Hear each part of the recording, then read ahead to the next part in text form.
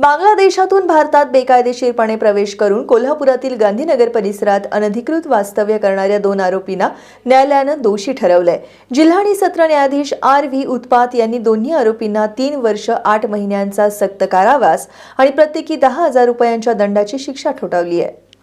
19 जानेवारी 2023 रोजी गांधीनगरमधील कोयना कॉलनी परिसरात एका भाड्याच्या घरावर दहशतवादी विरोधी पथक, सोलापूर आणि गांधीनगर पोलिसांनी छापा टाकला होता। कारवाईत सोहेल कलमा मुल्ला उर्फ मोहम्मद इनामुल फकीर आणि सुमैया बादशाह मुल्ला हे 2 आरोपी आढळून आले। त्यांच्याकडे भारतात प्रवेश करण्यासाठी आवश्यक पासपोर्ट अथवा अधिकृत कागदपत्र नसल्याचं तपासात समोर आलं। तसंच निर्धारित मार्ग व्यतिरिक्त घुसखोरीच्या मार्गानं भारतात प्रवेश करून गांधीनगरमध्ये वास्तव्य केल्याचा आरोप त्यांच्यावर करण्यात आला। या प्रकरणी गांधीनगर पोलीस ठाण्यात गुन्हा दाखल करण्यात आला। विदेशी व्यक्ती अधिनियम 1946 मधील कलम 14 आणि पारपत्र अधिनियम 1950 मधील कलम 6 अंतर्गत आरोपींवर कारवाई करण्यात आली। या प्रकरणाचा सखोल तपास पोलीस उपनिरीक्षक विवेकानंद राळेभात यांनी केला। खटल्याची सुनावणी जिल्हा आणि सत्र न्यायाधीश क्रमांक 2 R.V. उत्पात यांच्या न्यायालयात झाली। सरकार पक्षातर्फे सहाय्यक सरकारी वकील ॲडव्होकेट प्रतिभा जे जाधव यांनी काम पाहिलं।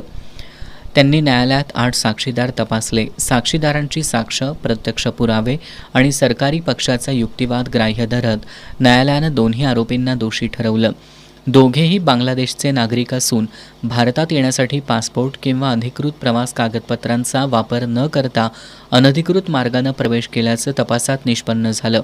न्यायालयानं सोहेल कलमा मुल्ला उर्फ मोहम्मद इनामुल फकीर आणि सुमैया बादशाह मुल्ला यांना 3 वर्ष 8 महिन्यांच्या सक्त कारावासाची शिक्षा सुनावली।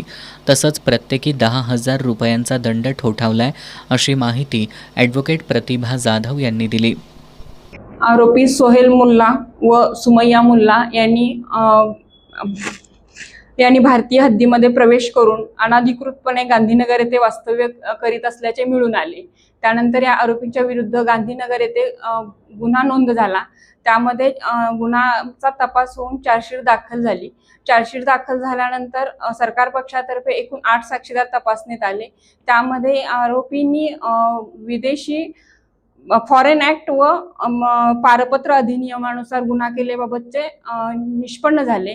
सरकारी पक्षाचा युक्तिवाद ग्राह्य मानून व साक्षीदारांचा पुरावा ग्राह्य मानून मेहरबान कोर्टाने आरोपींना 3 वर्ष 8 महिन्याची शिक्षा व 10,000 रुपये दंड अशी शिक्षा सुनावलेली आहे। सरकार पक्षातर्फे ॲडव्होकेट प्रतिभा जाधव यांनी काम पाहिलं। पैरवी अधिकारी police head constable F.I. Pirzade आणि P.R. पाटील यांनी या खटल्यात मदत केली।